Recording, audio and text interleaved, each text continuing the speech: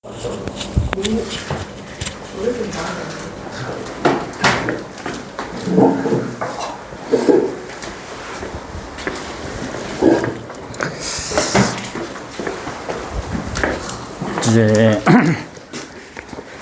해온 거 한번 펴보세요. 저번에 어디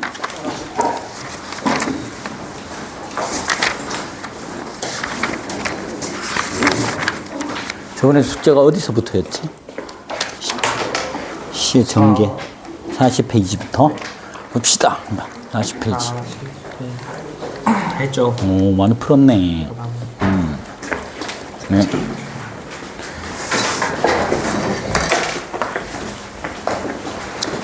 (40페이지부터) 알아요. 아까 얘기했으니까. 거기서부터 시작할 거니까. 보자. 40페이지부터 많이 풀었어? 잘했습니다. 40페이지부터 쭉 풀었었어요? 네.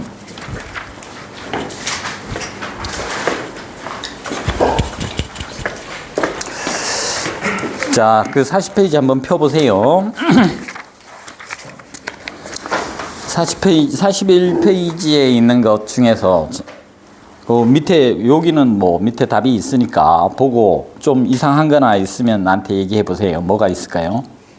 이거는 같이 했으면 쉽다 하는 거. 없습니까? 5번. 계절감을 드러내는 표현을 사용하여 시간의 경과를 보여주고 있다. 해서 계절감을 보여주는 게 있기는 합니까? 네. 뭐가 있을까요? 봄비. 봄비, 그리고 살구꽃 지고, 이런 거는 있죠, 그죠? 네. 근데, 그리고 봄비가 내리고 살구꽃이 진다라고 했으니까 봄이 이제 지나가고 있는 거지, 그죠? 네. 그리고 또 뭐가 있을까요? 모시적삼 같은 경우에, 새하얀 모시적삼, 요것도, 여름에 입는 옷이죠, 그죠? 부채를 붙이니 비단 장막이 흔들린다. 이렇게 했는 부분. 그 다음에 우물가 오동잎 떨어져 그림자 없는 가을 했으니까 이제 가을까지 왔죠, 그죠? 봄, 여름, 가을 이렇게 됩니다. 저 6번이요. 6번 시간의 흐름에 따른 공간의 변화가 나타나고 있다. 공간의 변화는 지금 요 헌안설어는 자기 집에서 집이 엄청 잘 산다 그랬지 그때. 네. 그래서 연못이 2개나 있고 막 한다 그랬잖아. 집이구나. 그러니까 저 집들의 정원이 이렇게 바뀌어가는 거를 보면서 봄을 느끼는 거야. 집이 크구나. 집이 엄청 커요. 그러니까 집 안에 연못이 2개나 있다 그랬잖아요. 허균의 누나라고 얘기를 했잖아요. 그러니까 잘 사는 집이었어요. 그리고 이제 부채가 나오면은, 부채가 나중에 보면은 이제 가을 부채답구나 그러면은 어떤 신세일 것 같아? 부채요. 가을에 부채질을 하는 건가? 가을에 부채질, 겨울이나 가을 쪽에 부채를, 자기 처지를 만약에 가을 겨울에 부채 같구나 하면 아직 힘들다. 힘들다. 그러니까 이렇게 생각하면 돼. 지금 겨울이나 이럴 때 에어컨 네. 필요 있어요, 없어요? 없어요. 그냥 아무도 안 찾을 때 외톨이가 되거나 이렇게 따당한 느낌 이럴 때가 겨울, 가을, 부채. 여름에는 엄청 막 온데 사람들이 자기 찾고 막 하다가 어느 순간 자기를 이렇게 외면하고 아무도 안 찾았을 때를 예전 사람들은 겨울 부채, 내가 겨울 부채꼴이 났구나 뭐 이런 식으로 표현을 해요. 그러니까 그런 거는 잘 알아두세요. 또 넘겨서 43페이지 43페이지에서 뭐 볼만한 거 있습니까? 여기가 봐서 이거는 잘 모르겠다 하던 거.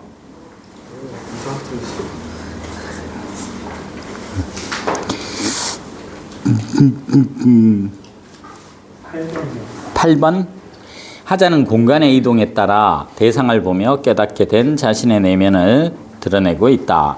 박목월의 나무인데 이게 시 같지 않은데 왔어요? 희진이는 혼자 도래우리던데. 도래울은 생긴 지 얼마 안 됐죠, 그죠? 자, 유성에서 조치원으로 가는 어느 들판에 우두커니 서 있는 한 그루 늙은 나무를 만났다. 시입니다. 꼴은 이래도 이게 꼭 그냥 수필 같잖아요. 근데 시예요. 유성이면 어디입니까? 혹시 들어봤어요? 유성? 좀 아니에요. 유성 온천, 유성구. 우리나라에서 처음으로 과학 엑스포 했던 데가 대전이에요. 대전에 유성구가 있어요. 예전에는 그냥 유성이라고 했는데, 조치원은 지금 세종시 있는 데가 조치원이야. 그러니까 대전에서 세종시 쪽으로 가는 어느 들판에 우두커니 서 있는 한 그루 늙은 나무를 보았다라고 얘기죠. 어서 오세요. 해는 원래부터 정해져 있어 봉일천이고. 자, 그래서 다음 날은 조치원에서 공주로 가고, 그러니까 처음에 유성에서 조치원에서 다시 공주. 이게 이제 공주로 가는 어느 가난한 마을 어귀에 그들은 때를 져 몰려 있었다. 멍청하게 몰려 있는 그들은 어설픈 과객일까 몹시 추워 보였다. 과객은 뭐가 과객이에요? 과객. 시계거든요. 가짜가 무슨 가짜일 것 같아? 과한 거. 과한 거? 과거. 보통 이제 뭐 과거 할 때도 이 가짜는 맞아요. 근데 과거가 뭐 어떤 거를 과거라고 해? 지나간 거? 지나간 거예요. 과객은 뭘까요? 지나간. 지나가는 손님. 왜 지나가는 가객인데 뭐 물 한 잔 마실 수 있겠습니까? 이렇게 할 때 이게 과객이란 지나가는 손님일까? 몹시 추워 보였다. 다음 공주에서 다시 어디로 가요? 온양으로 가죠. 네. 네, 어서 오세요. 온양은 혹시 온양 온천 들어봤어요? 온천으로 유명한 데야. 근데 보면은 우리나라 지명들이 온자가 무슨 온자일까요? 따뜻할 온자예요. 근데 온천 나는데 지명들 보면은 따뜻할 온자를 다 거의 쓴다? 그러니까 옛날 사람들은 그럼 그 지명 지을 때도 거기가 온천이나 이런 게 이제 나고 있다는 거 알고 쓴 것 같아. 그래서 지금 유성, 조치원, 공주, 온양으로 가는 우회하는 뒷길 어느 산마루에 그들은 멀리 서 있었다. 하늘문을 지키는 파수병일까? 외로워 보였다. 온양에서 다시 서울로 돌아오자 놀랍게도 그들은 이미 내 안에 뿌리를 펴고 있었다. 묵중한 그들의 침울한 그들의 고독한 모습. 그 후로 나는 뽑아낼 수 없는 몇 그루의 나무를 기르게 되었다. 그때 봤던 나무들이 자기 마음속에 무슨 상징으로 이렇게 남아 있었다라는 거죠. 그러니까 당연히 공간의 이동에 따라 대상을 보며 깨닫게 된 자신의 내면을 드러내고 있다. 이거는 당연히 해야 되겠죠. 네, 맞는 말이죠, 그죠? 여행을 이렇게 근데 여러분들이 우리나라를 많이 돌아다니지를 않아서 이것들이 다 지명인지. 이 중에 알고 있는 지명은 뭐 있어요? 유성, 조치원, 공주, 온양, 서울. 공주는 어떻게 하는데? 뭐 들어봤어요. 공주는 예전에 백제의 수도였죠. 그런가? 공주. 백제가 처음에 어디였어요? 여기 서울 하남 유래성이라고. 거기 온조가 거기서 잡았던 데고. 그다음에 문주왕 때 공주로 갔는데 공주가 웅진이라고 하는 것이 공주예요. 그리고 다시 어디로 가요? 성왕 때 사비로 가죠. 여기가 공주, 여기가 지금으로 말하면 부여인데, 나중에 그거 보면은 껍데기는 가라라는 시 들어봤어요? 네. 껍데기는 가라. 4월도 알맹이만 남고 껍데기는 가라. 이렇게 이제 얘기하거든. 4월도 알맹이만 남고 껍데기는 가라. 그러면서 곰나루 이렇게 그거는 이제 4.19 혁명을 얘기하는 거고, 그 다음에 이 두 번째 연에는 곰나루 그 함성도 껍데기는 가고 알맹이만 남으라고 하는데, 곰나루가 바로 웅진이 바로 곰나루라고 얘기하는 거예요. 곰웅자죠. 곰웅자. 지는 나루진자예요. 그러면 요때 우리가 요 곰나루에서 공주 우금치 전투라고 들어봤습니까? 공주 우금치요. 우금치 전투. 동학혁명이 완전히 우금치 전투에서 지면서 이제 동학혁명이 실패로 끝나는 거거든. 그러니까 그 곰나루 하는 데가 웅진이고 곰웅자에 나루진자여서, 그래서 공주가 이제 동학하고도 관계 있는 부분이, 나중에 껍데기는 가라 할 때 다시 공주라는 지명은 다시 또 나올 겁니다. 그래서 이거는 뭐 그 지명 때문에 어쩔 수 없이 몰라서 공간 이동이 안 됐다라고 생각을 한다면은 어쩔 수 없네요. 자, 넘겨서 45페이지에서는 45페이지에서 자기 보고 45페이지에 몇 번 정도 볼까요? 45페이지는 다 괜찮아요. 지금 현민이 왔고 재상이 왔고 누가 하는 거야? 재상이 혹시 규화 봤어? 나는 아까 저기 원흥에서 봤는데 막 삐뚤거리고 돌아다니던데. 님 시우 안 왔죠? 자, 45페이지에는 45페이지 지금 그 첫 번째 진주장터 생어물전에는 하는 박재삼 시인의 추억에서라는 요 시도 엄청 유명한 시니까 한번 볼까요?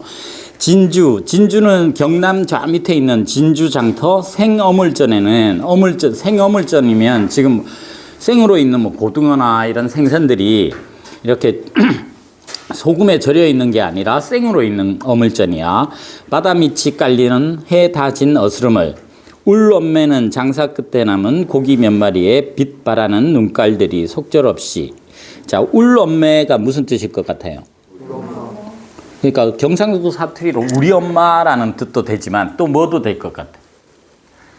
이게 이제 애들 오누이 둘만 집에 남겨놓고 아침 새벽부터 이제 생어물전에 가서 생선 팔다가 이게 다 팔리면 빨리 오는데 다 안 팔리니까 밤 늦게까지 진주에 가면 남강이 있는데 어스름에 나갔다가 다시 해는 다 졌는데 이게 안 팔리니까 다 팔고는 가야죠. 안 팔면 이게 다 버리는 거잖아. 그러니까 날은 저문데 애들 걱정은 되고 근데 이거는 안 팔리고 하는 그 상황을 이렇게 해놓은 거야. 울엄매의 장사 끝에 남은 고기 몇 마리에 빛발하는 눈깔들이 속절없이. 그러니까 이거 다 팔아야 가는데 얘 눈들이 빛을 발하고 있어요. 그러니까 엄마 마음은 어떨까? 조급하겠죠. 엄마 마음이 어떻겠어요? 울고 싶지 않겠어요? 그래서 이때가 우리 엄마라는 울 엄마라는 그 뜻도 되지만 울고 싶은 우리 엄마라는 뜻으로도 해가지고 이런 게 두 가지 뜻으로 쓰일 수 있는 거 우리가 무슨 표현 했죠? 아니지. 야, 이건 문법을 너무 많이 했는데 다이어는 문법에서는 하는 말이고 이런 거를 중의적 표현이라고 해요. 중의적 표현. 중의적 표현이 중자가 저번에 내가 얘기했잖아. 중복되다. 뜻이 중복돼 있다. 두 가지 이상으로 해석이 가능한 걸 중의적 표현. 이렇게. 나중에 보면은 성산문에 그 수양산 바라보며 이제를 하나노라 이렇게 한 요게 이제 계유정난 수양대군을 이 수양산은 진짜 백이숙제가 고사리 캐먹다가 죽은 중국 수양산이 될 수도 있지만 그 단종 죽이고 왕된 세조가 대군 때 이름이 뭐였어요? 수양대군이었어요. 그러니까 수양대군을 바라보며 백이와 숙제를 원망한다 이런 뜻도 되고 진짜 수양산을 바라보면서도 되고 그러니까 그런 부분에서 이렇게 수양산도 이게 중의적 표현. 또 보면은 안 살 수가 없다 하면서 살 수밖에 없다 이렇게 이건 뭔 말일까요? 그러니까 막 광고나 이런 게 넘쳐나 가지고 난 별로 안 필요한데 안 살 수가 없다. 뭐 그냥 살 수밖에 없다. 이런 것도 되지만 또 무슨 뜻도 될 수 있을까? 이런 소비사회에 이런 광고가 넘쳐나는 소비사회에 내가 살 수밖에 없다. 그러니까 live의 뜻도 되고 뭐의 뜻도 되고 buy의 뜻도 되고 이런 것도 이게 사다 살다 이게 될 수 있으니까 이런 것도 다 중의적 표현에 해당이 됩니다. 자, 그래서 그걸 살짝 요 지금 추억에서라는 거는 유년 시절에 한 거 외롭고 쓸쓸했던 그 추억을 얘기하는 게 은전만큼 손 안 닿는 한이던가. 그러니까 돈만 많았으면 엄마가 애들 이렇게 놓고 장사하러 안 나갔을 텐데 은전 그 돈만큼 손 안 닿는 엄마의 한이 생각나는 거예요. 그래서 울 엄매야 울 엄매 하면서 울고 싶은 엄마야 울고 싶은 엄마 또는 우리 엄마야 우리 엄마야 하면서 자신의 유년 시절에 그 불우했던 그런 그걸 추억하면서 부른 노래가 시가 추억에서라는.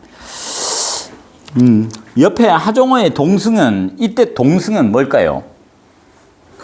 타는 거? 그치. 이거는 같이 타는 동승이야. 그러면 아마 학교마다 지금 학교가 너무 다양해가지고 나중에 1학년 때 동승이라는 그 함세덕의 동승이라는 희곡을 배울 겁니다. 그때 동승은 어릴 동자 스님 승자 해가지고 어린 스님을 동승이라고 하고 이거는 이제 함께 타다 동승한 사람 뭐 국철이든 버스를 함께 타다 할 때의 동승이에요. 이 하종호 이 시인은 다문화 시인입니다. 그러니까 다문화 쪽하고 관련된 시만 계속 쓰고 있는 사람이에요. 그래서 이게 자신의 뭐를 좀 부끄러워하는 거예요. 그러니까 그 사람들을 지금 여기 쭉 보면은 나는 아시안 젊은 남녀와 천연하게 동승하지 못하고 있어 낯짝 부끄러웠다. 이 밑에서 셋째 넷째 줄이 있는 거 있지. 이게 뭘까요? 이게 자신의 뭐한 좀 천박한 호기심에 대한 부끄러움이야. 그냥 우리가 만약에 같은 그거였다면은, 같은 내국인이었다면은 그렇게까지 자기가 안 봤을 텐데, 쟤들은 왜 저럴까 하면서 이렇게, 요거랑 반대되는 부분이 뭘까요? 바로 위에 봐봐. 국철은 강가를 달리고 너울거리는 수면 위에. 그러니까 이게 지금 한강 다리를 지나가고 있는 거야. 한강 다리를 지나가고 있는데, 깃털 색깔이 다른 새 여러 마리가 물결을 타고 있었다. 이거죠. 이게 뭐를 의미할 것 같아요? 아니, 지하철에서 밖에 한강을 봤더니만 깃털 색깔이 다른 새 여러 마리가 함께 물결을 타고 잘 지내고 있다라는 거야.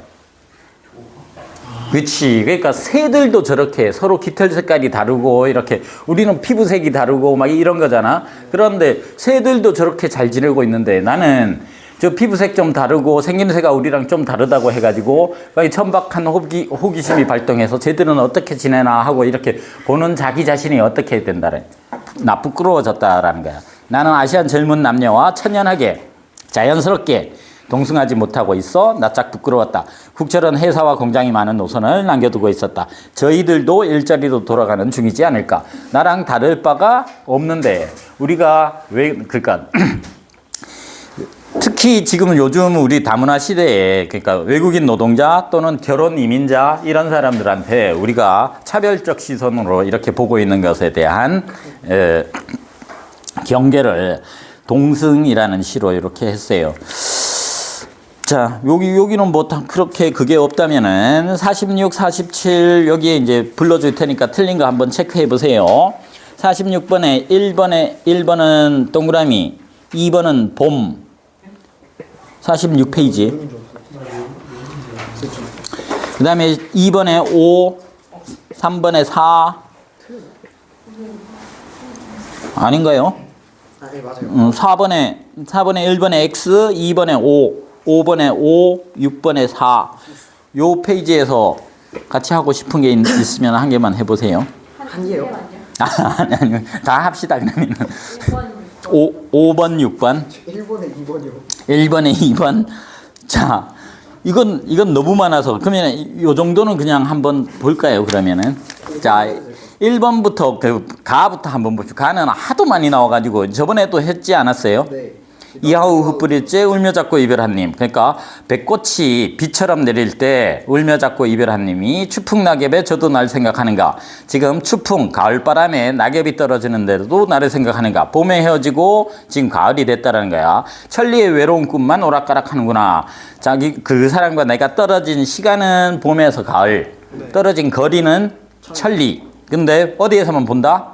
꿈에서만 왔다 갔다 하면서 보고 있는 거니까 이별한 님에 대한 그리움이겠죠. 그죠? 그 다음에 3인곡은 여기서 동풍이 건듭부러 쌓인 눈을 헤쳐내니. 동풍은 계절상 뭐? 겨울. 동풍, 다음이 남풍, 서풍, 북풍이야. 봄, 여름, 가을, 겨울이야. 그러면 동풍은 지금 이 삼이인곡에서 봄을 얘기하는 거예요. 봄이 되니까 건덕불어 쌓인 눈을 헤쳐내니 겨울에 쌓인 눈을 헤쳐내고 창밖에 심은 매화가 두세 가지 피었구나. 그러니까 겨울에 피었던 매화가 아직까지 두세 가지가 피어 있어요. 아직 봄이라고 하지만 가뜩이나 쌀쌀하고 적막한데 그윽한 향기는 무슨 일인가? 매화 향기를 우리가 그윽한 향기라고 얘기를 하는데 매화 향기, 이 그윽한 향기를 다른 말로 뭐라고 할까요? 그윽한 향기를 암향이라고 들어봤어요? 암향. 그러니까 자기 코를 콕 쏘는 막 만약에 그 향수 있잖아. 향수나 이런 거를 암향이라고 하진 않아. 그냥 향기가 뭐 나기는 나는데 뭐 이렇게 아주 자극적이지 않은 향기. 그런 그윽한 향기를 암향이라고 하는데 암자가 무슨 암자일 것 같아요? 명암 할 때 암자야. 명은 뭐고? 밝을 명. 암은 어두울 암자지. 향기는 향자야. 이 향기 향자. 어두운 향기죠. 어두운 향기가 그러면 우리가 저번에 했던 공감각적 표현 중에서 어두운 향기는 이건 뭐에 무슨 하라고 해야 될까? 어두운 향기. 시각이 후방이 후각시각. 그치. 이게 지금 향기가 나. 내가 지금 뭐 코로 향기를 맡는 거지. 근데 향기가 어둡게 느껴진다라는 거야. 그러니까 후각의 시각화가 되는 거죠. 공감각적 표현에서. 한자 자체도 이렇게 공감각적 표현이 있을 수 있습니다. 특히 매화 향기를 암향이라고 해요. 그러니까 뭐 나중에 안민영이라는 사람이 매화를 소재로 그 시조를 많이 썼어요. 그게 매화사야. 연시조로 돼 있는데 자기가 한밤중에 뭔 그윽한 이 냄새가 향기가 나니까 도대체 이게 어디서 나는 냄새지 하고 촛불을 들고 촉 잡고 가까이 할제 암향조차 부동터라. 이게 마지막 식구인데 소나무를 도대체 어디서 나는 향기일까 하고 딱 봤더니만 매화가 이렇게 피어 있어요. 근데 그 매화의 향기가 암향조차 부동터라. 부동이 뭘까? 향기가 움직이지 않으면 내 코로 어떻게 기어 들어오지? 그러니까 우리가 부동자세만 자꾸 생각하는데 불자가 아니라 무슨 불자도 있을까요? 맞아. 뜰부자야. 떠서 돌아다니다라는 거야. 우리가 뜨는 힘을 뭐라고 해요? 부력. 그러니까 암향조차 둥둥 떠서 돌아다니더라. 그 둥둥 떠서 돌아다니는 그 암향을 자기가 맡았다라는 거예요. 그래서 경북 영주에 가면 부석사라고 있어요. 부석사 들어봤어요? 부석사라고 엄청 큰 절이 있는데 부석사의 그 부자도 뜰부자 돌석자예요. 부석사 무량수전이라는 뒤에 보면은 돌이 이렇게 켜켜이 이렇게 돼 있거든. 근데 그 돌이 떠 있다라는 거야. 뭐 그 의상대사가 뭐 뻥을 친 건지 뭐 어쩐 건지 하여튼 이렇게 돌들이 이렇게 쌓여 있잖아. 돌들이 이렇게 쌓여 있으면은 실을 가지고 이걸 통과하면 실이 통과가 돼야 돼요, 안 돼야 돼요? 뭐 이렇게 돼 있으니까 통과가 안 돼야 되죠. 근데 뭐 실이 통과가 됐대. 그래서 돌들이 떠 있다라고 해가지고 돌들이 떠 있는 절 해서 부석사라고 얘기를 하는. 뜰 부자가 이렇게 이제 물 숫자가 들어가 있겠죠, 그죠? 그래서 암향조차 부동터라 하는 거는 둥둥 떠서 돌아다니 동적 이미지 할 때의 동자예요. 자, 그래서 거기 이제 항혼에 달이 쫓아와 백연머리에 비치니 흐느끼는 듯 반기는 듯 임이신가 아니신가. 자, 저 매화 꺾어내어 임계신데 보내고 싶구나. 저 매화를 꺾어서 저 매화가 나를 뭐 하니까 내 마음을 대표하는 거니까 달이 내 마음을 대표한다 하는 노래 들어본 적 있어요? 중국 노래?月亮 代表我的心 이렇게 부르는데 뭐 다 알 거예요. 등요군 노래인데 한 번씩은 들어봤을 거예요. 그러니까 你往外你有多想爱你뭐 하면서 月亮代表我的心 하는 거예요. 그게 월량이 이제 달이에요. 달이 내 마음을 대표한다. 그러니까 달빛 보면서 내 생각하세요 하는 게 그 노래예요. 그 노래 말고 티앤미미도 들어봤을 거예요. 천멜미. 甜蜜蜜，你笑得甜蜜蜜，你的笑容这样熟悉하는 거. 그것도 등록. 우리나라에서는 이미자 같은 사람이 저기 대만의 등록은 떵리쥔이라는 사람인데 우리나라에 그 여자 노래가 엄청 많이 나왔어요. 근데 위에량 따이비아오 어더신이 바로 달이 내 마음을 대표한다. 그래 달 보면서 내 생각하세요. 여기는 지금 매화를 꺾어 보낼 테니 내가 이렇게 그리워하는 마음을 이미 알아줬으면 좋겠다. 저 매화 꺾어내어 인계신데 보내고 싶구나. 이미 너를 보고 어떻게 생각하실까? 꽃이고 새민랑이 녹음이 깔렸는데 이제 자 요번에 꽃은 지고 새 잎이 나서 녹음이 깔렸는데 이렇게 했죠. 이제 봄이 지났어요. 봄이 지나니까 꽃이 지는 거죠. 그리고 새 잎이 나서 녹음에 동그라미 치고 녹음은 무슨 계절을? 여름. 그렇지. 여름. 이제 여름이 됐다 소리를. 비단 휘장하는 쓸쓸하고 수놓은 장막은 텅 비어 있다. 연꽃을 수놓은 휘장을 걷고 공작이 그려진 병풍을 두르니 가뜩이나 시름이 많은데 날은 어찌 그리도 길던가.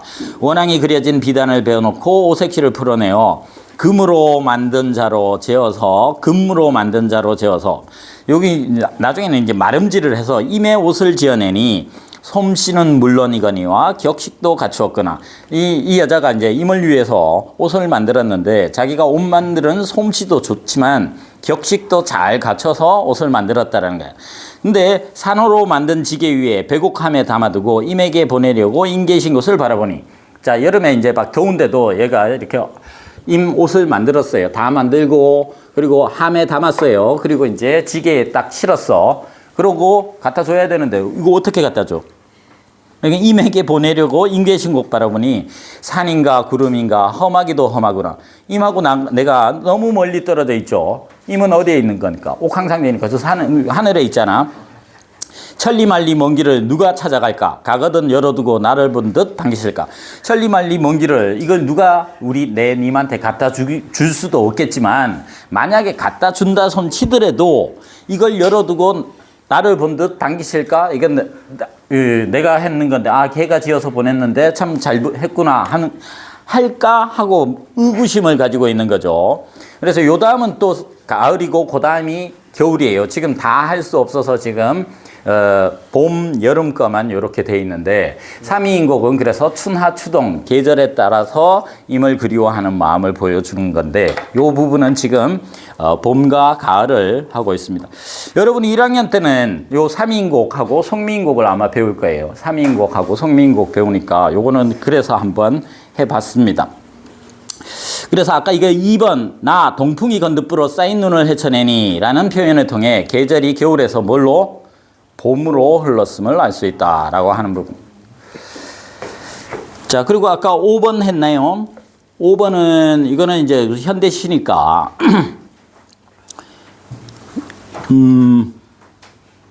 대상과의 이별은 이 둘 다 없습니다. 그리고 과거 해상을 통해 바람직한 과거 해상 가에서는 과거 해상도 없고 나는 과거 해상 부분이 있기는 하지만 바람직한 삶의 방향을 모색하는 과거 해상이 아니다라는. 자, 그리고 계절적 배경 3번의 계절적 배경도 가에서는 계절적 배경 없고 나에서는 계절적 배경이 등장하지만 하자가 처한 상황을 부각하기 위한 계절적 배경은 아니다. 자연에서 얻은 깨달음 둘 다 자연에서 얻은 깨달음은 전혀 없어요. 삶의 경험을 바탕으로 하자가 지향하는 바를 드러내고 있다. 거미를 쓸어버린 경험을 바탕으로 가는 가족 공동체의 소중함을 나타내고 까치밥을 따는 아이들을 본 경험으로 공정과 배려의 정신. 까치밥은 까치가 먹기에 놔두는 거잖아요. 그죠? 자연을 배려해서 하는 거. 쌤도 어렸을 때 감 다 안 따고 감 꼭대기에 있는 감 한두 개는 그냥 남겨뒀어요. 까치를 위해서? 까치 먹으라고. 그러니까 그리고 또 왜 밖에서 밥 먹을 때는 항상 고시래 하고 이렇게 던져주는 거 있죠.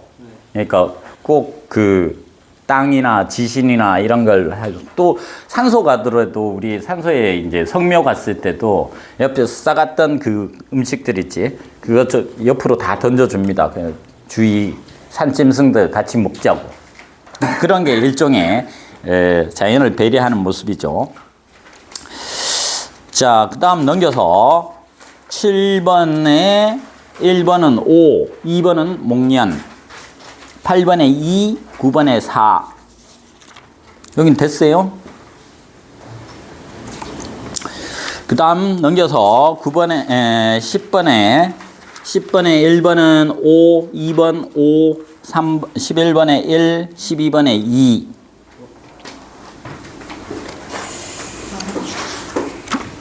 봐서 같이 했으면 싶은 거는 그냥 하세요. 여기 몇 번? 11번. 가와 나의 공통점으로 가장 적절한 것은 해서 직위법 사용되는 거가 이런 문제는 가에서 직위법 한 개만 빨리 찾아보세요. 뭐 제비 같은 이야기. 제비 같은 이야기 같은 돼 있죠. 같은처럼 이거잖아. 그러면 한 개만 있으면은 일단 직위법을 된 거고 나에서도 직위법 뭐뭐처럼 같은 있어요. 칠흑 같은 어둠 이렇게 돼 있죠. 네. 이런 것들은 이게 한 개만 일단 있으면은 이쪽에도 직위법 있다, 이쪽에 직위법 있다 이렇게 생각하고 제비 같은 이야기 바다 건너 뭐 이렇게 하면은 이건 웬만하면 맞겠구나 이렇게 생각을 하면서 풀면 돼요. 자, 몇 번 해서 틀렸어요? 그거 본 사람은 어떤 게 이상한 거야? 점층적인 방식은 어떤 게 점층적인 방식이야? 점점 더 강도가 세지거나 커지거나 강해지는 거 어떤 게 될까요? 가에서는 없습니다. 나에서는 내가 어렸을 때는 램프불에서 조금 더 좋아진 게 무슨 불? 칸델라불보다 좀 더 좋아진 게 전등불 이렇게 된 거죠. 그래서 그렇게 더 커진 점층적인 게 영탄적 표현은 뭘까요? 감탄하는 거죠. 가에서 영탄적 표현 있어요? 있지. 맨 마지막에 있잖아. 소년일 수 없구나라는 거야. 없구나를 이제 없구나라고 시적 허용으로 이렇게 감탄하고 있는 거니까 가는 있습니다. 가는 있는데 나에서 감탄하는 게 없다라는 거예요. 명령형 어미는 둘 다 없어요. 역설적 표현은 어디에 있을까요? 멀리 다닐수록 많이 보고. 그치. 그게 가에는 없고 나에 보면 하지만 하면서 거기 보면은 멀리 다닐수록 많이 보고 들을수록 이상하게도 내 시야는 차츰 좁아졌다. 이게 멀리 보고 많이 보면 시야가 어떻게 돼야 돼? 넓어져야 되는데 오히려 좁아졌다라는 부분이 역설적 표현이다. 그래서 공통적으로 있는 거는 직위법을 활용한 요 부분이다라는 소리입니다. 자, 그 다음 또 넘겨서 오늘 하는 이거는 저번에 거의 다 했기 때문에 감각적 이미지 중에 시각, 청각, 후각, 미각, 촉각 다 있는 거죠. 자, 이미지 중에서 감각적 이미지가 이거다 했는데 여기 이장희의 봄은 고양이로다라는 건데 시 한번 보세요. 요것도 나오는 학교 교과서가 있을 거예요. 지금 하도 많은 학교가 지금 분포가 돼 있어서 교과서들이 다 다르면은 이거 어떻게 해야 될까 지금 머리가 딱딱 아픕니다. 근데 이장희의 봄은 고양이로다가 꽃가루와 같이 부드러운 고양이의 털에 고운 봄의 향기가 어리우더다. 금방울과 같이 호동그란 고양이의 눈에 미친 봄의 불길이 흐르도다. 고요히 다물은 고양이 입술에 포근한 봄에 졸음이 떠돌아라. 날카롭게 쭉 뻗은 고양이 수염에 푸른 봄에 생기가 뛰놀아라.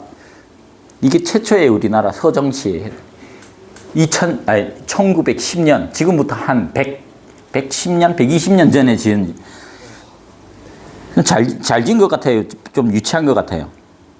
유치한 듯 하면서 좀 잘 지은 것 같지 않아요? 한 100년 전에 지은 시라고 생각을 하면. 근데 보면은 나름 그래도 이 정적 이미지와 동적 이미지가 같이 있습니다. 어떤 거는 정적 이미지고 어떤 건 동적 이미지일까? 첫 행은 이렇게 어리우도다. 이렇게 어리는 거지. 네. 두 번째는 흐르도다 했죠. 흐르는 거는 동적이겠죠. 네. 그리고 졸음이 떠돌아라. 이거는 졸음이 오고 있으니 꼬불꼬불 졸고 있다고 생각을 해봐. 정적이지. 생기가 뛰놀아라 이렇게 하면은 또 동적 이미지가 될 수 있습니다. 그래서 요 봄은 고양이로다라는 이 시가 넘겨서 54페이지 한번 보세요. 54페이지에 보면은 이미지의 운동성 해가지고 동적이다, 정적이다. 거기에서 똑같이 나왔죠, 그죠? 그래서 1, 3에는 정적이라면 요거는 동적이다. 이렇게 우리 흔히 정중동이나 정중동, 동중정 이런 말 들어봤어요? 이런 것도 있는데 망중한 이게 정중동이라면은 정적인 것 가운데에 동적인 게 있다. 동중정은 동적인 것 가운데에 정적인 게 있다. 뭐 이렇게 막 엄청 뛰어다니고 막 한데도 뭔가 정적인 걸 갖고 있고 그냥 가만 앉아 있는데도 머릿속이 막 복잡해 번뇌가 막 해서 또 복잡하면은 정중동 막 뛰어다니지만 얘가 차분하게 마음을 갖고 있다. 그러면은 동중정 이런 표현을 써요. 망중한은 뭘까요? 망과 한이 이게 반대말이잖아요, 그죠? 망한 가운데에 한이 있다라는 거지. 망은 무슨 망이고 한은 무슨 한일까? 망. 이런 말 우리가 많이 쓰는 거예요. 공사다망 중에 참여해 주셔서 감사합니다. 이렇게 할 때. 공사다망. 처음 들어봐요, 망. 혹시 중국어 한 사람은 이거 진짜 많이 들어볼 건데. 망뿌망. 망뿌망 하면은 뿌망, 뭐 부타이망, 흠망 이렇게. 망. 바쁠 망자예요. 바쁠 망자. 그러니까 바쁘냐 안 바쁘냐 이렇게 우리도 너 시간 있어 이럴 때 중국에서는 너 바빠 안 바빠 망뿌망 하면 안 바빠 그러면 뿌망 바쁘면 흠망 그다지 안 바빠 그러니까 이게 망이 그러니까 망중하는 바쁜 가운데 하는 뭘까요? 한가로움을 느낀다. 그러니까 너 지금 뭐 해? 그러면 방금 전까지 졸라 바빴는데 지금 망중한을 즐기고 있어. 이렇게 하면은 바쁜 가운데에 한가롭게 잠시 생각하고 있다. 이렇게 할 때 망중한을 즐기고 있다. 이렇게 합니다. 그러니까 정중동이나 동중정, 정적이다, 동적이다 이런 부분들이 그냥 진짜 움직이면 동적인 거고 가만히 있으면 정적인 건데 좀 더 문제를 어렵게 내는 거나 이렇게 한다면은 가만히 앉아 있는데 뭐 앉아서 지금 그 면벽 수행을 하고 있어요. 밖에서 사람들이 보면은 저 새끼 가만히 앉아 있구나. 근데 걔가 머릿속에는 막 번뇌 때문에 머리가 뭐 엄청 복잡하다. 그러면은 정적인 것 가운데서도 머리에서 막 돌아다닌다. 그러면 그게 정중동이 되는 거예요. 정적인 것 가운데서 동적인 게 있고 동적인 게 뭐 움직이기는 움직이지만 내가 여기서 계속 이렇게 막 뭘 돌리고 있어. 근데 내가 차분히 한 가지만 생각하면서 돌리고 있다. 그러면은 동적이기는 하지만 내가 지금 참선을 하고 있는 거나 마찬가지면은 그럴 때는 동중정 이런 표현을 씁니다. 바쁘지만 바쁜 가운데에 한가함을 즐기고 있다. 망중한을 즐기고 있다. 이런 말 많이 써요. 특히 시에서나 그 소설에서도 많이 나오는 말입니다.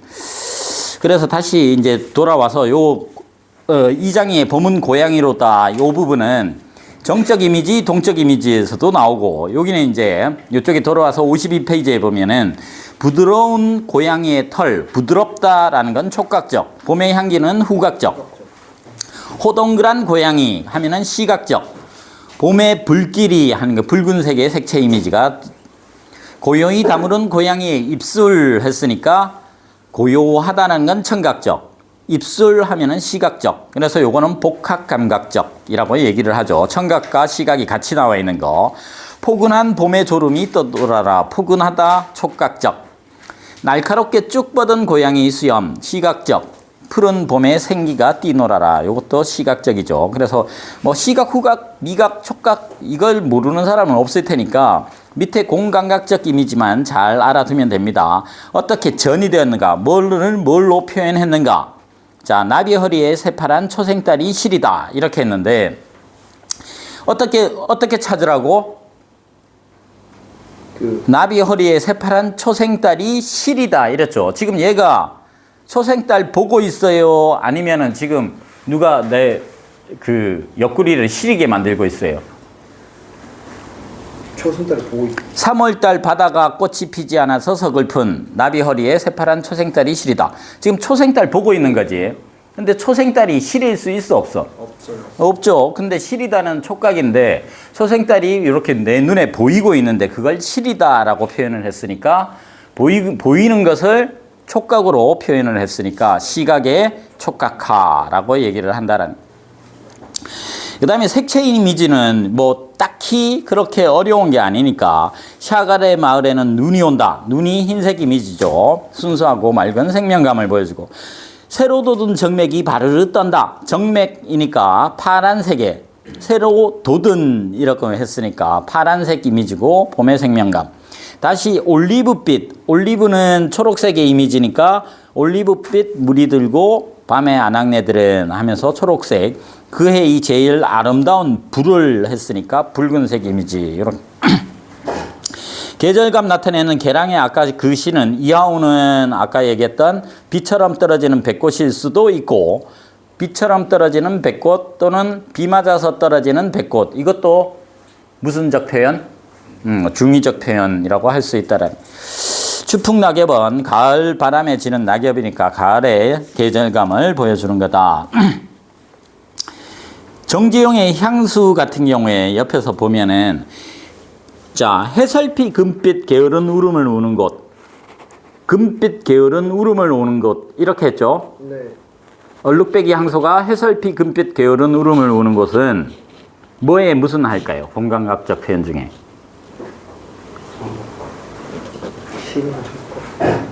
지금 소 울음소리 듣고 있는 거지.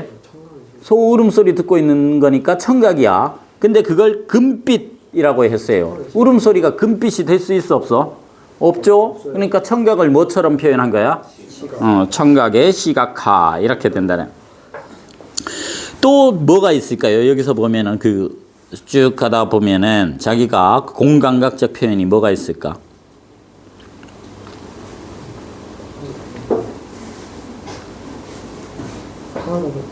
하늘이 하늘빛이 훨씬 빈 밭에 밤바람 소리 말을 달리고. 밤바람 소리가 지금 밤바람 소리가 들리죠? 네. 근데 밤바람 소리가 뭘 한대? 달려요. 말을 달린대. 말 달리는 거는 소리야? 시각이야? 시각. 시각이죠. 그러면 이것도 뭐라고 해야 돼요? 청각의 청각의 시각화라고 합니다. 진라로에 제가 식어지면 하면은 요거는 진라로에 담아뒀던 참수치 식는다라는 거지. 이건 시간의 경과를 얘기를 합니다. 나중에 요것도 교과서마다 상당히 많이 나오는 거니까 정주행 향수도 나중에 이제 요거는 지금 감각적인 표현만 했으니까 그냥 요것만 보고 넘어갈게요. 넘겨서 이미지 중에 상승 이미지, 하강 이미지. 뭔가 올라가고 있는 거는 다 상승, 내려가고 있는 거는 하강 이렇게 생각하면 됩니다. 뭐가 그렇게 좋아요? 네? 뭐가? 자, 모란이 뚝뚝 떨어지다 하강이겠죠. 네. 자, 떨어져 누운 꽃잎마저 하강. 뻗쳐 오르던 내보람 하니까 상승. 무너졌느니 하강. 모란이 지고 말면 하강. 이렇게 해서 지금 상승 하강은 잘 나오지도 않습니다. 동적, 정적은 아까 내가 이장이의 봄은 고양이로다라고 해서 했었으니까. 자, 시의 주제 보면은 시에서 자주 등장하는 주제 중에 대상에 대한 사랑과 그리움 이게 가장 많지 않겠어요? 특히 고전 시가에는 거의 이겁니다. 밑에 애상적 정서를 중심으로 애상적이 뭐라고? 슬픔이라 그랬죠. 슬픈. 여기 지금 작자미상의 정석가는 좀 재밌으니까 한번 같이 볼까요? 정석가. 무쇠로 한 쇼를 뒤어다가 철주산의 노호이다. 자, 이게 무쇠야, 무쇠, 강철. 무쇠로 소 한 마리를 만들어다가 철수산의 노호이다. 철로 된 나무들이 있는 산에 놓는다라는 거예요. 이게 말이 되는 소리야, 안 되는 소리야? 이것만 해도 말이 안 되는데 또 봐봐요. 그 소가 철로 된 풀을, 철초야. 철로 된 풀을 먹어. 그 소가 철로 된 풀을 먹어. 먹으면 먹어 유덕하신 님 여해와 지이다. 이게 뭐냐면 무쇠로 소를 만들었어요. 그 소가 이렇게 걸어 다녀. 근데 철수산, 철로 된 나무들이 있는 산에 개를 풀어놔. 그러니까 그 철로 된 무쇠 소가 철로 된 풀을 뜯어 먹어. 철로 된 풀을 뜯어 먹으면 네. 그러면 나는 유덕하신 덕 있는 우리님과 이별하겠습니다. 여의겠다라는 거야. 헤어지겠다라는 거야. 안 헤어지겠다라는 거야. 안 헤어지겠다라는 이런 일이 절대 있을 수 없잖아. 불가능한 것을 가정하고 그러면 내가 헤어져 주겠다. 이런 소리나 마찬가지예요. 한마디로 만약에 뭐 이러면 내가 너무 디스하는 건지 모르겠지만 채훈이가 하버드 가면은 내가 너한테 뭐 해주겠다. 그러면 안 해주겠다는 소리나 마찬가지잖아. 불가능한 상황을 가정해놓고 그렇다면 뭐 하겠다. 이렇게 이제 얘기를 하는 거야. 그러니까 이거는 내가 이러면은 이별하겠다. 그래서 이별하겠다라는 소리야. 절대 이별 안 하겠다라는 소리고. 그래서 구슬이 바위에 떨어진들 끈이야 끝이리까. 끈이야 떨어지겠습니까? 즈문해를 외우곰 여신달. 즈문이 저번에 순우리말로 몇을 말한다 그랬어요? 온이 100년이고 즈문이 1000이라고 했죠. 1000. 즈문해 하면은 1000년이야. 1000년을 외우곰 여신달. 외롭게 여다 지낸들. 1000년을 외롭게 지낸들. 신 있단 그치리까. 믿음이야 그치겠습니까? 믿음은 안 그쳐진다. 라고 하면서 여기는 이제 절대 안 헤어지고 절대 믿음을 저버리지 않겠다라는 그 고려가요 중에 정석가에서 나온 얘기예요. 요거 말고도 다른 것도 있습니다. 또 불가능한 상황을 쭉 얘기해 놓고 그러면 내가 유덕하시는가 여의와지다. 이렇게 이제 얘기하는 거는 안 헤어지겠다. 여기 나와 있죠. 무쇠로 항소를 만들어다가 이렇게 한다면은 지금 그 박목월의 하간 같은 경우에는 자기 동생이 죽어서 동생을 무덤에 묻는 그걸 그 모티프로 해가지고 지은 시가 하간입니다. 하간. 그래서 뭐 죽음을 이거는 자기 동생 남동생의 죽음을 얘기하는 거고 정지용의 유리창 같은 경우에는 자기 아들을 또 김강균의 은수저도 마찬가지. 근데 그런 거 보면 너무 웃기죠. 은수저 같은 경우에는 특히나 애는 없고 은수저만 덜렁 있어요. 밥상에. 그러면 부모 입장으로 너무 슬프지 않겠어? 특히 왜 그 상황이 왜 더 슬플 것 같아? 은수저를 왜 할까? 애가 태어나면 예전에 은으로 수저를 만들어줬거든? 은으로 만드는 게 왜 임금님 수라상이나 하면은 은은 독을 이렇게 만나면 시커멓게 된다 그러잖아. 그래서 독이 있는가 없는가를 알 수 있는 거여가지고 애기가 나면은 이제 애기가 무병장수하라고 은수저를 해줘요. 근데 애는 없고 은수저만 덜렁 있다고 생각을 해봐. 그러니까 더 슬픔이 막 오겠죠. 애는 없고 보행기만 덜렁 있다고 생각해요. 그러면은 저 보행기에 애가 타고 있어야 되는데 애는 죽고 없고. 그러니까 너무 상황이 역설적인 상황이잖아. 그러니까 은수저나 유리창에 빗물이 흘러내리는 걸 보면서 자기 이제 아들 죽은 애 생각하면서 자기 눈에는 뭐가? 눈물이. 유리창에는 빗물과 눈물이 함께 막 흘러내리고 있는 상황. 뭐 그런 것도 다 하강적 이미지에 해당되는 거죠. 자, 요거는 대상에 대한 그리움을 나타내는 그 주제라면은 옆에 이제 넘겨서 삶의 모습, 반성과 성찰. 대부분이 어떤 사람의 시겠어요? 반성과 성찰. 부끄러움의 시인 윤동주겠죠. 윤동주 모든 시가 뭐예요? 다 부끄러워 죽겠다 이거잖아. 윤동주는 그냥 부끄러움의 시인이라고 생각을 하면 돼요. 서시에도 한 점 부끄러움 없기를.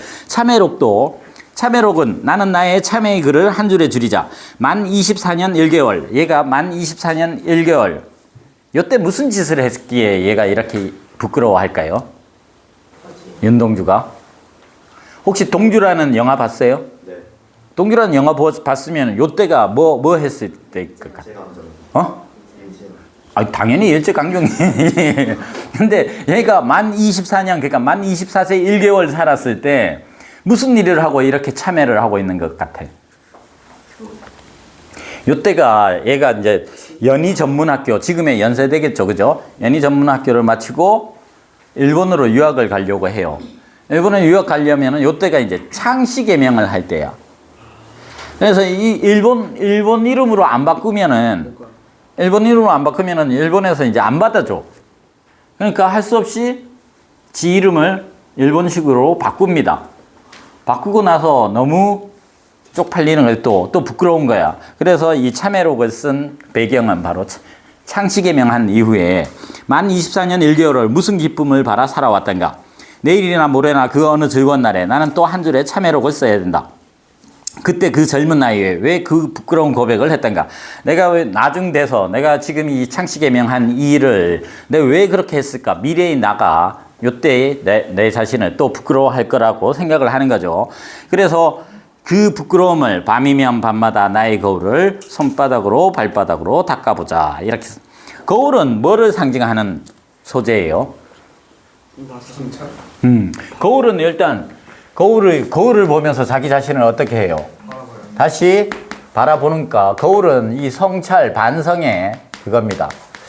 물론 거울이 또 다른 걸 얘기할 때도 있어요. 거울 감자가 있는데 거울 감자 기감이 되다 하는 건데 보통 동국통감 이런 거 들어보지 않았어요? 자치통감 무슨 책일까? 자치통감 역사책 이름이 감자가 많이 들어가요. 일대기 그런. 아니지. 역사는 다시 그 민족이나 그걸 돌아볼 수 있는 뭐가 되니까 거울이 된다라고 해가지고 역사책 이름에 감자가 들어가는 게 다 거울 감자야. 그러니까 이게 거울이 성찰 반성의 매개물도 될 수 있지만 역사를 의미하기도 합니다. 그 서정주의 국화협회서 같은 경우에도 보면은 이제는 돌아와 거울 앞에 선 내 누님같이 생긴 꽃이여 이렇게 나오거든. 그러니까 이제는 돌아와 거울 앞에 선 그러니까 누나가 이제 40, 50이 돼서 원숙한 누나가 이제 자기 자신을 거울 앞에 서서 성찰하고 있는 모습을 그렇게 꼭 국화꽃이 그런 누나를 닮아 있다 해서 이제는 돌아와 거울 앞에 선 내 누님같이 생긴 꽃이여 라고 하는 부분에서도 거울은 그 성찰 반성을 얘기하는 자기 성찰을 그러니까 거울을 손바닥으로 발바닥으로 닦아보자 하는 거는 적극적인 자기 성찰 행위를 얘기하고 있습니다. 성찰 요즘 엄청 중요한 말이에요. 성자가 살필성 찰자가 살필 찰자야. 살피고 또 살피다. 그럼 반성하고는 뭐 어떤 차이가 있을까요? 반성은 돌이켜서 살피다인데 성찰과 반성은 약간의 차이가 있습니다. 반성은 돌이켜서 살피는 거니까 잘못된 점을 주로 살피는 게 반성. 그래서 반성문이라고 하죠. 잘못한 거 쓴 거. 근데 잘못한 거 쓴 건 성찰문이라고는 안 합니다. 성찰은 잘한 거는 잘한 거대로, 잘못한 건 잘못한 거대로. 그럼 성찰문은 주로 뭐가 돼야 될까요?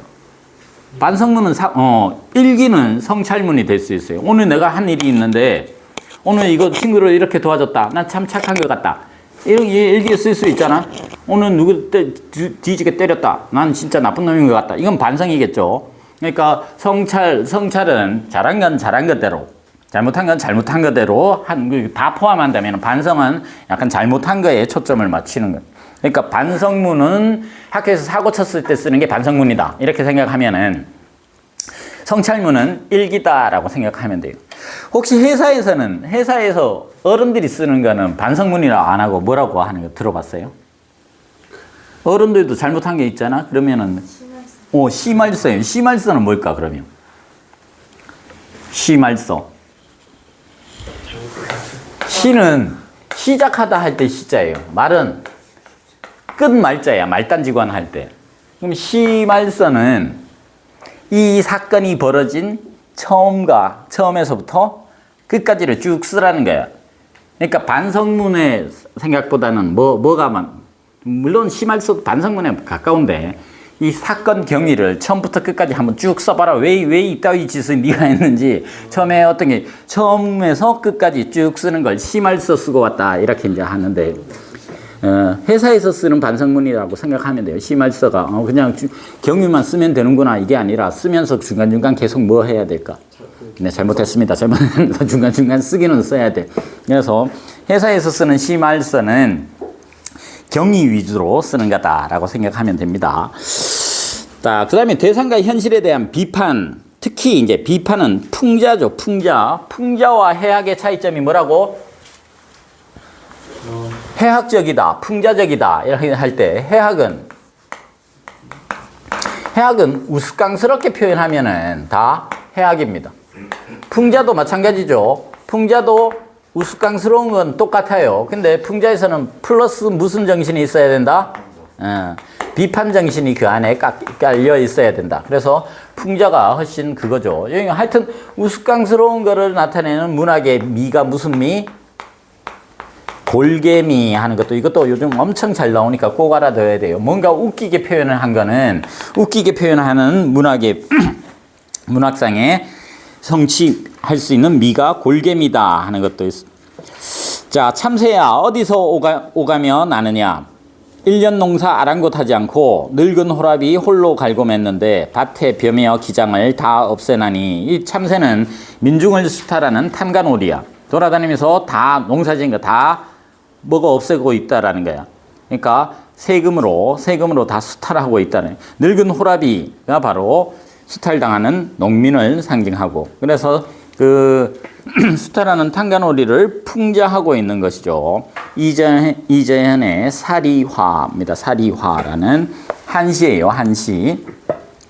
풍자는 반드시 비판적 웃음이라고 얘기를 해야 돼요. 우스꽝스럽지만 그 안에 비판 정신이 들어있다.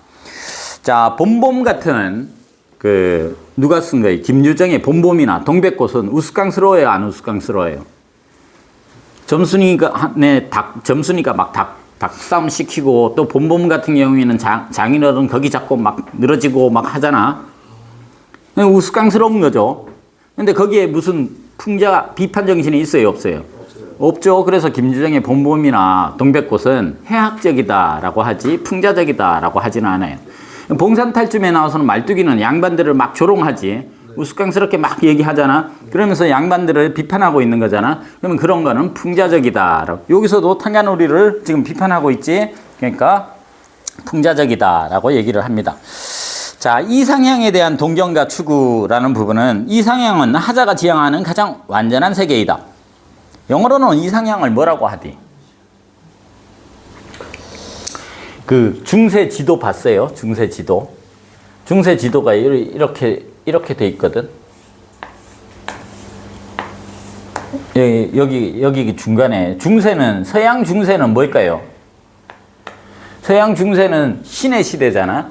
그러다 보니까 서양 중세 지도를 이걸 TO 지도라고 하거든. TO 지도. T자 모양, O자 모양 이렇게 했는데, 세상의 중심에는 예수님 태어난 어디가 나올까? 여기 예루살렘, 여기 예루살렘이야. 그리고 이 TO 지도는 위쪽이 동쪽이야, 위쪽이. 이게 아시아가 이쪽에 있어요. 여기에 뭐라고 적혀 있을까요? 패러다이스라고 적혀 있어요. 패러다이스. 여기가 이제 에덴 동산이라는 거야. 천국. 그러니까 여기 패러다이스가 바로 얘기하는 뭐라고 이상향이라고 생각하면 됩니다. 자, 그래서 이상향을 추구하는데, 현대시에서는 부정적 현실과 대비되는 이상적 공간으로서의 동경과 추구가 제시되는 것이 일반적이며, 고전 시가에서는 자연에 묻혀 사는 아름다움, 이걸 강호, 자연을 강과 호수해서 무슨 법? 대유법이라고 했죠? 강호에서 부르는 노래, 도를 부르는 노래, 강호가도. 또 안분지족은 뭡니까? 안분지족은 주로 어떨 때 안분지족이라고 해요? 옆에 보면은 안빈낙도하고 똑같은 말인데, 가난하지만 도를 즐기면서 사는, 만족함을 알면서 지내는 게 자기 분수에 맞게 하는 것을 안분지족, 안빈낙도 이렇게 얘기. 옆에 정규긴의 상충곡 엄청 많이 나옵니다. 최초의 가사 문학이에요. 가사.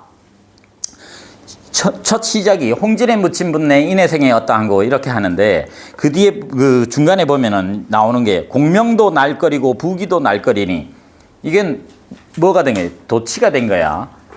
부기공명이라고 우리가 하잖아요, 그죠? 부기공명을 내가 끓일까 걔가 날 끓일까?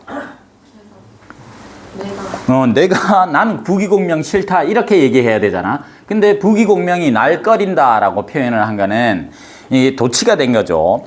일부러 이렇게 만들어놨습니다. 공명도 날거리고 부기도 날거리니 청풍명월외에 어떤 벗이 있겠는가?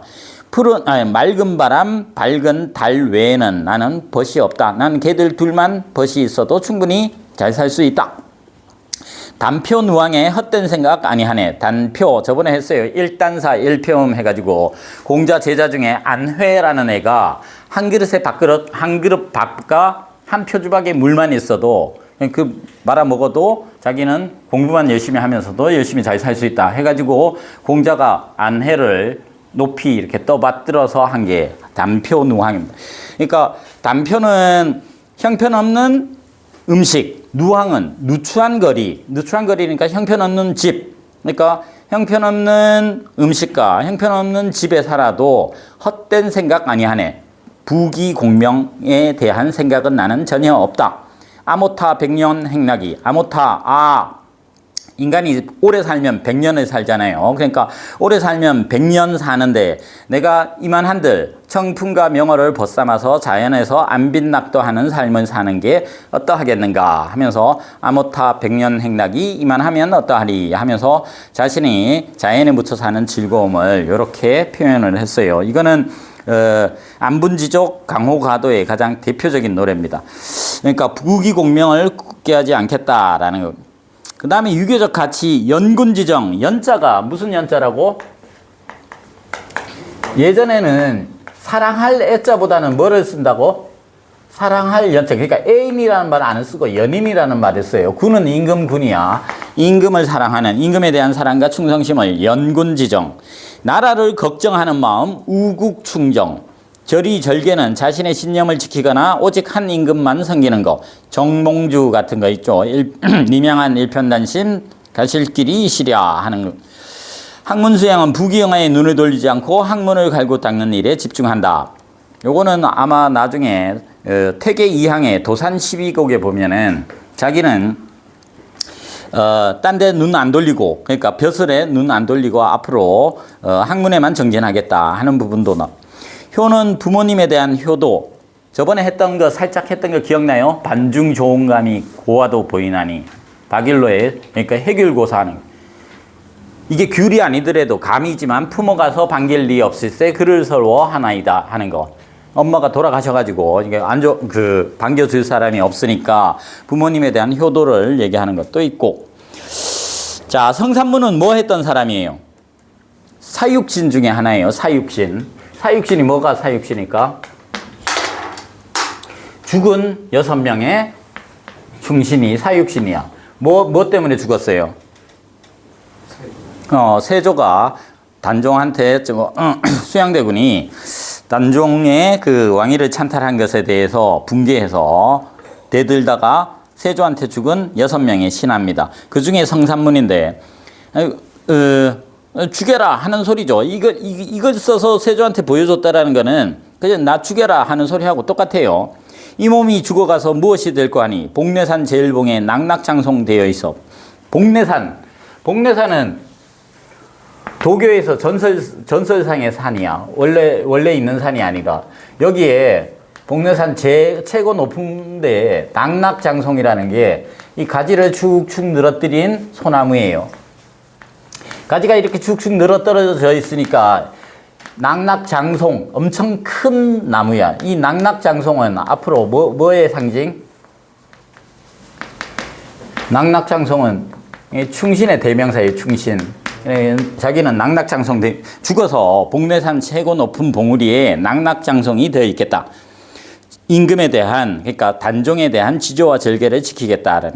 백설이 만군건 할제 독야청청하리라. 온 옆에 막 백설, 눈이 와가지고 백설이 온 만건곤, 건곤이 뭐예요? 천지라고 하면 돼요. 하늘천 땅곤, 하늘천 땅지 똑같은 말이에요. 건곤. 백설이 온 세상을 뒤덮어 있을 때 나 혼자서 홀로 독야청청하리라. 홀로 푸르게 빛나리라. 이렇게 이제 하는 게. 지금 이 백설들은 뭐라는 소리일까? 백설이 온 세상을 다 뒤덮고 있어요.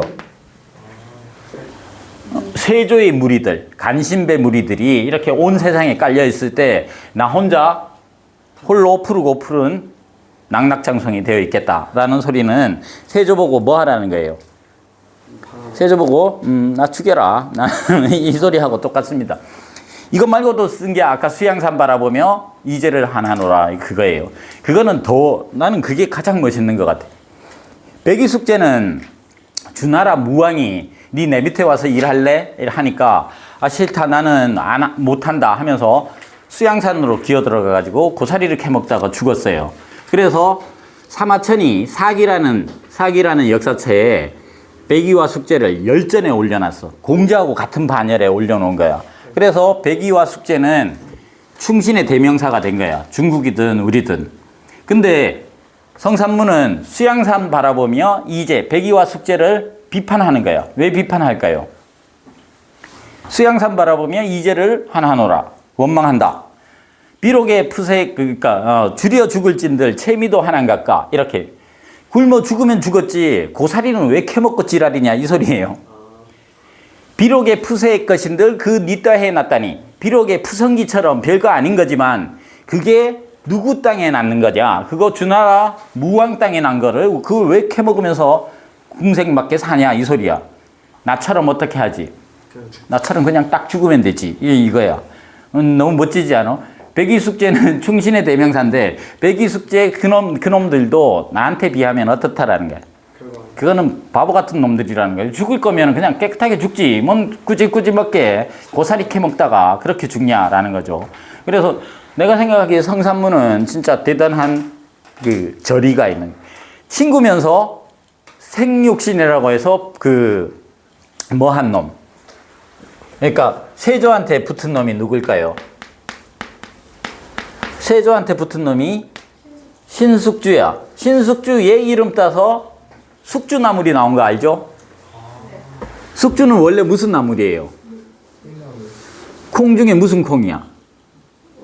그냥 콩나물은 우리가 먹는 그 콩이고 덜 익은 거 녹두 있잖아. 녹두 우리 빈대떡국 하는 거 녹두나물이 숙주야. 근데 왜 숙주나물이라고 할까요? 콩나물은 그렇게 잘 안 쉬어. 좀 그래도 일주일은 가. 근데 숙주나물은 조금만 있으면 쉬어.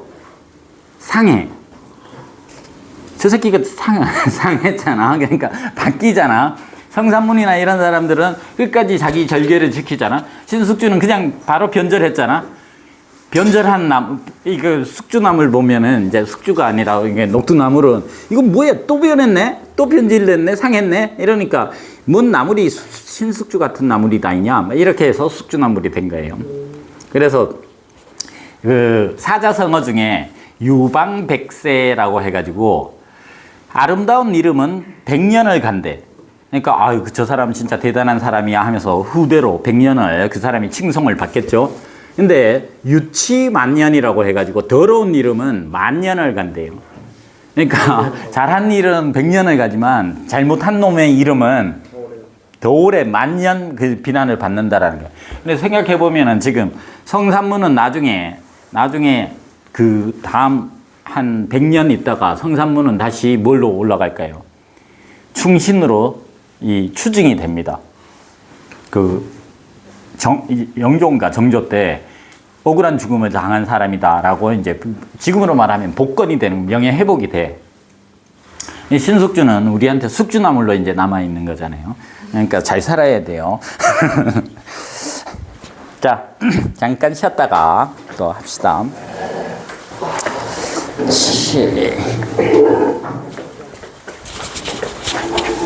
어디야?